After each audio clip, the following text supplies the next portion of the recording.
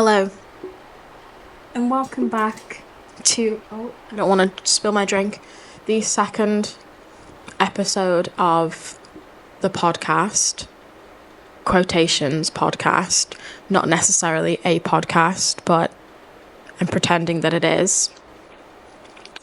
I am yet to divulge the date. The date that everyone wants to know about, the date where I thought the guy was going to kill me. So I thought, what better time after I've just gone to Crossroads and had Chipotle, what better time than to start divulging this awful date than right now in my bed that has all of these miscellaneous items on it, including 2 inhalers, just because one isn't enough sometimes. I think we should start at the start. Tinder. I already had Tinder, as I said, and I just changed my location. And I started matching with the, not the bottom of the barrel type of men, but like the mid section men. I didn't want to go, dive off too soon and start picking out men that I thought were absolutely gorgeous and like maybe a little bit out of my league but would still date me because they're men and they're desperate. No. I thought, let me match with somebody regular, a normal man with a normal job, normal interests, maybe likes to game. That's fine. I like to game. I like a game. Who doesn't like a game? And I matched with this man who looked very, very basic. White man, 29, worked in IT, worked for like a video game company, and I thought, he's average, he's normal, he's 6 foot, just there, about 6 foot, normal guy. Nothing bad can happen with this guy. Maybe because he was white, I should have been like, ooh, white American men. But I didn't think like that. I just thought, this will be fine. Everything will be fine. So I went and matched with him on Tinder, and we start chatting, and it's all very normal. Very, very normal guy, nothing weird. He doesn't say anything like over the dramatic in the first half, when you kind of match with a guy and they say, hey, how are you, blah, blah, blah. And then they ask you, like, if they can, like, come over or if you can send them a nude, and it just all escalates very, very quickly, and you're just like, well, at least take me out to dinner before you start asking me questions about what I like in bed, because I have no intention of telling you within the first hour of having a conversation with you, not even meeting with you in person, might I add. This is just a conversation online. I'm not going to start sending you nudes within like 20 minutes. It's just not going to happen. However, with this guy, he was normal. He didn't ask me weird questions. He just asked me about my interests and asked me where I like to go for food in LA. And because I'd only recently moved here, I said, I don't know the area. Maybe that was a bad shout.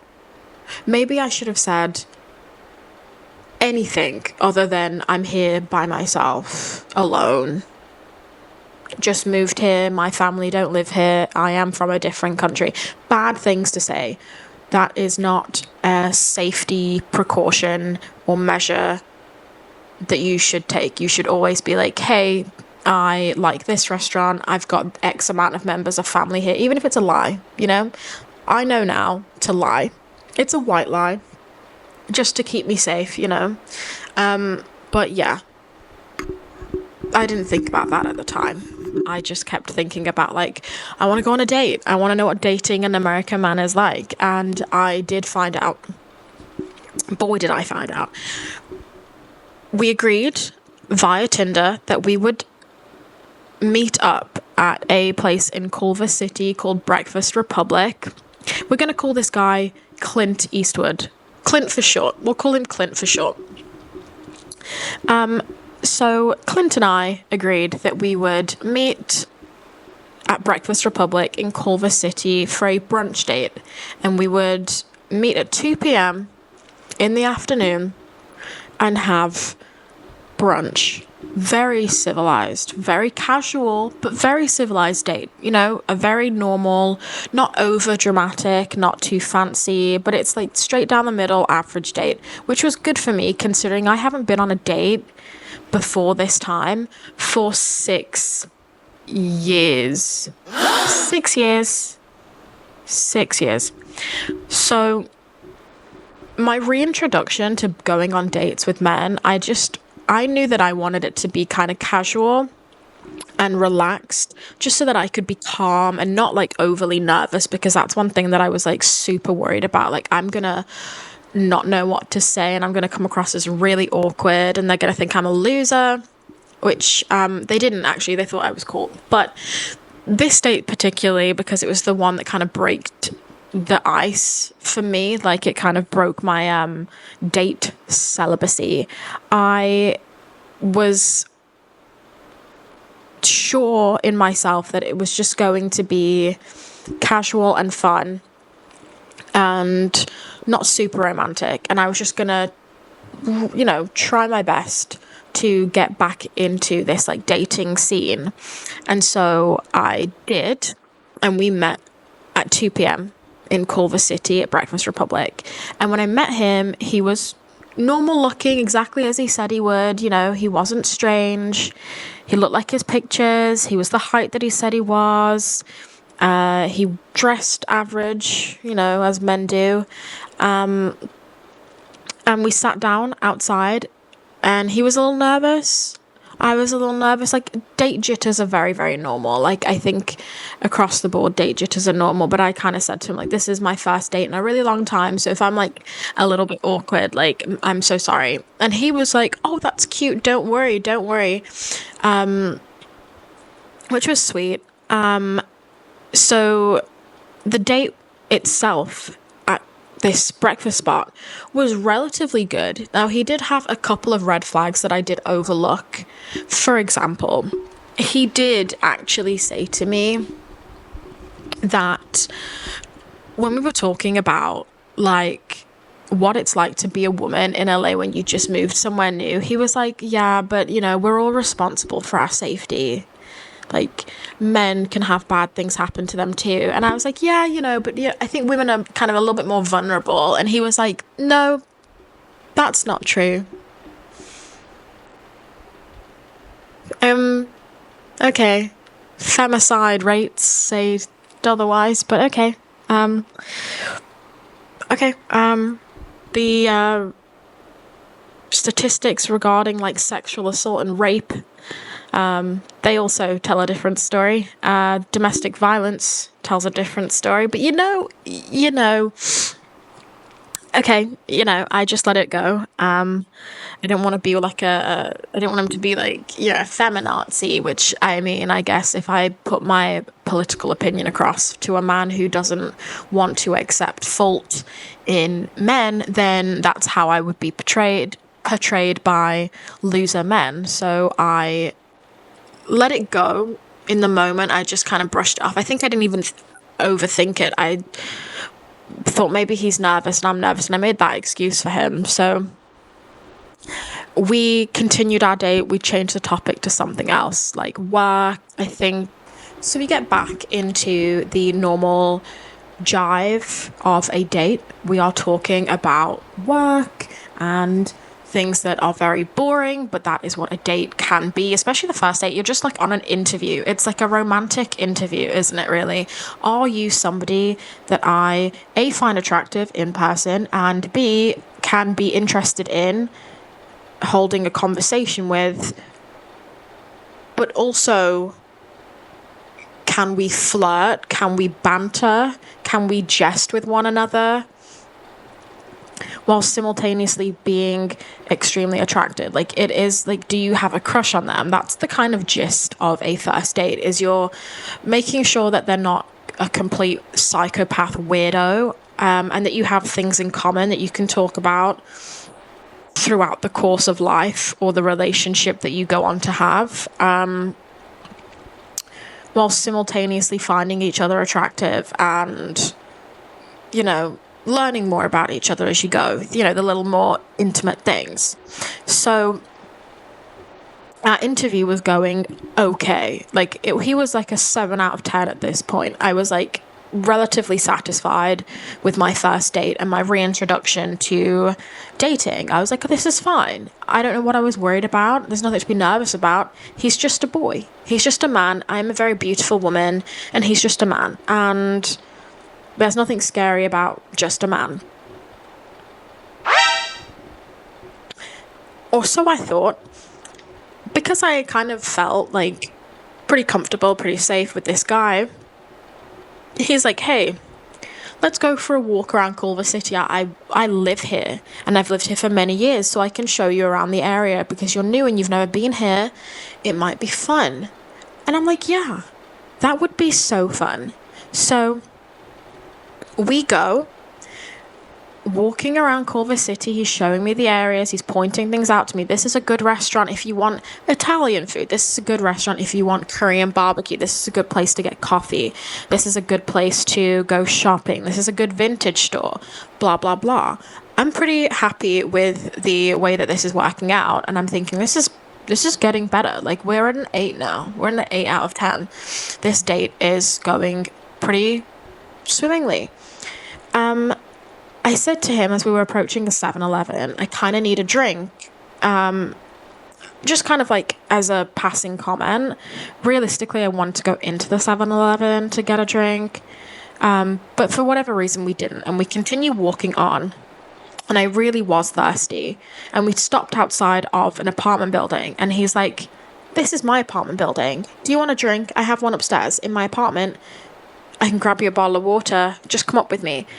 The building is nice. So I was like, you know what? We're on a goodish date. He seems safe. He seems relatively fine. I'll go inside of his apartment and I'll grab a bottle of water. It's 2 p.m. It's like 3:30 at this point. So, it's still broad daylight outside. It's not like, what's the worst going to happen? He's got security in his building. Like, it's a really nice building. Brand new, kind of like, or newly renovated at least, skyrise. So I was like, yes, let's go up, grab a bottle of water. So we go up, elevator, it's beautiful, needs a card. It's like everything inside of there is brand new and nice. Like, it is a nice apartment building. It's not like how mine is like an old building with like oldish architecture and old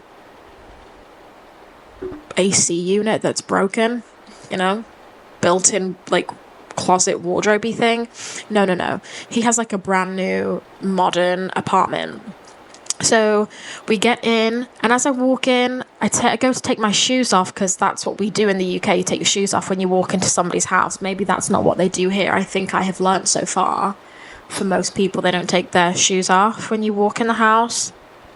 Personally, I find that a little bit odd, considering like these are your outside shoes, but I took mine off. He didn't seem to care. He kind of laughed it off. He didn't go and get a bottle of water, but as I was taking my boots off, because I was wearing Doc Martens, I took the boots off, and as I looked up after taking my shoes off, there's like a barrel of a gun pointed towards my face. And I turned to my right, and he's there. So I'm like, wait, what the fuck is happening? I look up, and it's on a stand. Like, it's on a mounted workbench stand. But it is the barrel of a rifle pointed towards the door. Pointed towards me. And I look at him. And he looks at me. And I'm looking back at him. And I'm like, what on earth is this? There is a rifle in my face. Care to explain why there is a rifle in my face?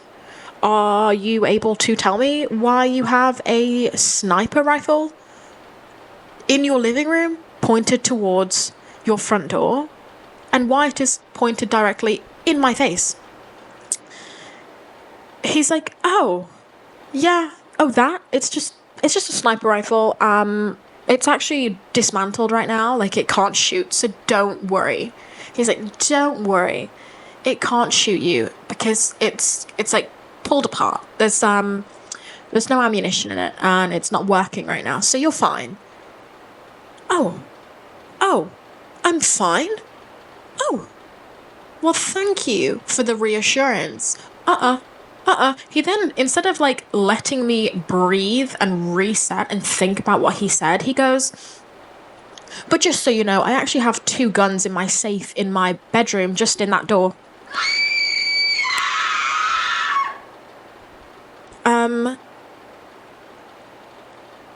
Okay, no.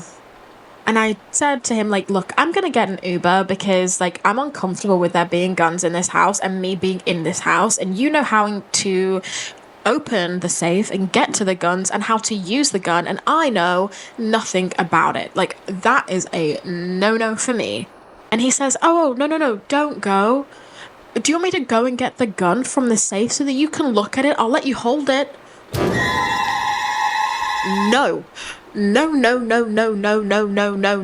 Why on earth would I ever want that? I don't know where men get the audacity. I don't know if they use their brain whatsoever. Why would I ever, in a situation where I'm telling you that I'm super uncomfortable with the idea that you have a gun right now, would you go and be like, hey, you want me to get it out for you? I'm not impressed by this. I'm not finding this attractive at all. I'm not being like, oh, he's a man because he's got a gun. No. Why would I want to see that? Yeah, go and get it out of your safe. Bring it to me. Load it up and just shoot me in the fucking head while you're at it. Do you think I'm an idiot? Don't get the gun. Leave it where it is. I am calling an Uber. I am going to leave. You're going to stay here with your guns, all of them, the ones in your safe and the dismantled rifle in your living room, and you are going to do whatever you want. I am not going to be present in this apartment building. How uncomfortable it was having to, like, wait for my Uber. And the story just gets worse. Like, this is not the ender of this date. Like, you think, oh, he had guns, haha, that is kind of awkward. No, it gets worse. While you probably are sat there thinking, Phoebe, how could this date get any worse when you've had a rifle, unbeknownst to you, pointing in your face, and the very uncomfortable information dropped on you that he actually has 2 loaded weapons in a safe that you can't have access to, but he does have access to, and you are now currently in his apartment that he knows the layout of and you do not. How can this get worse? Well, I call my Uber. I get an Uber X because it was the same price as all the regular Ubers, but it was gonna be 7 minutes. So I'm stood there for 7 minutes, except for it doesn't feel like 7 minutes, it feels like 7 hours because I don't want to be there. So I am reluctantly standing in this man's house. He's like, don't just leave. Hey, like, let's talk about this. I'm like, well, I've already called my Uber because I want to go. As you can imagine, I want to leave. He's like, okay, just have your water. Because he had like a filter. He didn't have like bottles of water. He had a filter and he like put it in a glass. He's like, have your water and then you can go. I completely understand. And he was kind of being pretty reasonable about it. He was like, I had no idea that you would be so afraid of guns. And I was like, yeah, buddy, I'm British. In London, we have knives. There's a lot of knife crime. At least you can run from a knife. You can outrun a knife miles and miles. If I wanted to get away from somebody with a knife, I'm 10 toes down, sprinting like Usain Bolt. With a gun, now, you don't really have the option of running away. You have more of like a need to hide or cover, take cover, do something. I don't know. I don't have the knowledge of guns to know what to do. So obviously, yes. Obviously, I don't know what to do in this situation. Of course, I'm uncomfortable. Of course, I don't feel safe. He's like, come sit down, like, relax, chill, breathe, just sip your water, like, you're gonna be cool. And I sit down, and he's like, maybe it'll help you if I explain to you why I have guns. And he starts talking to me about his upbringing, and his parents are from Texas, and they always carry a gun around, like on their hip and stuff. And I was like, okay. And then he's like, I went to school in Compton, and then blah, blah, blah, blah, blah. Like, you never know when somebody's gonna have a knife or a gun, and you need to be protected. And I'm like, okay, I'm so confused. I'm so lost, because from what I recall, we are sat in Culver City currently, which is a very nice metropolitan area, and there is not really, like, I get LA can be scary to walk around at night, but he lives in Culver City. He doesn't live in downtown LA. It's not like he lived near Skid Row. I don't know. So it was kind of weird. And then I was starting to, like, ease up a little bit as my Uber was, like, approaching the 3-minute mark. And this man reaches into his pants. Not into the pocket of the pant. No. Into his pants. And I'm sat there. I look and I see it and I think, oh my God, he's gonna scratch his bollocks in front of me on a date. That is disgusting. But that's not what he did. He reached into his pants, to his jeans, and he pulls out a pocket knife. Brother, when I could not believe my eyes. First of all, why you would have a knife next to, as a man, I would imagine, your most delicate and sensitive and vulnerable area. Why you would keep a sharp object there is beyond me. But the fact that he was carrying it the entire date was blowing my mind. It is 2 p.m. We met up at 2 p.m. on a Tuesday afternoon to have breakfast, to have brunch in Culver City at Breakfast Republic, a very popular brunch spot. And he had carried a concealed switchblade knife by his bollocks. What on earth? My Uber at this point, I am like, get me out of here. I said to him, like, why are you carrying a knife? Like, first of all, you've got all these guns, and now you're pulling a fucking knife out of your pants. What is this? Like, what is this? Like, what are you intending to do here? Like, what is wrong with you? But I'm trying to say it in, like, a nonchalant, like, what's going on? Haha. Please don't kill me. Just wondering why you've got a knife. But not like I'm judging or anything, you do you. Just curious, are you trying to kill me, or what's going on? He tells me that, like he said, LA is a dangerous place and you need to stay strapped. And by strapped, in his opinion, apparently that means to have guns in the house and a knife in your pants. This is why he is Clint Eastwood. As you can probably imagine now, it was all starting to make sense why I would call him Clint Eastwood.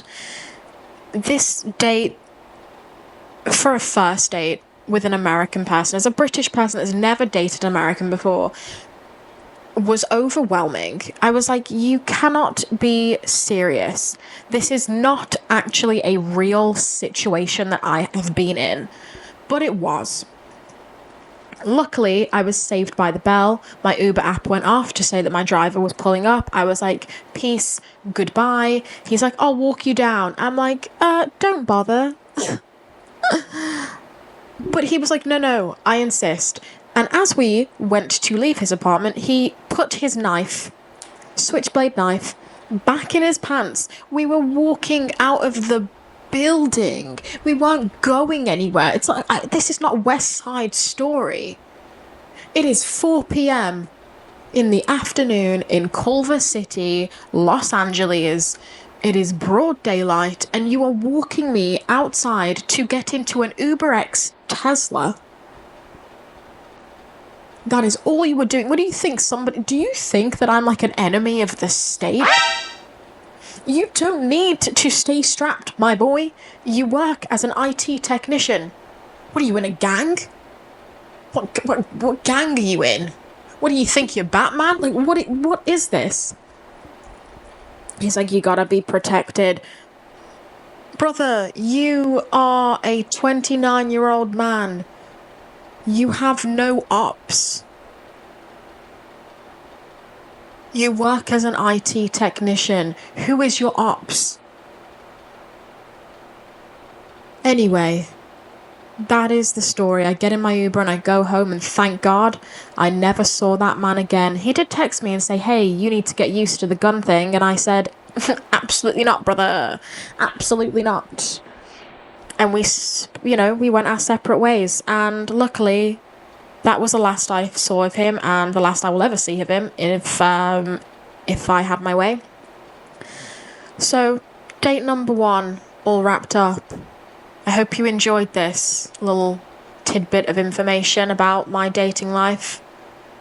I thought it was horrendous. Thank you for watching. Stay tuned for the next one, where we talk about Adderall Boy. Because yes, does it get worse? Perhaps. But it definitely doesn't get better just yet. Episode 2, Adderall Boy, coming soon.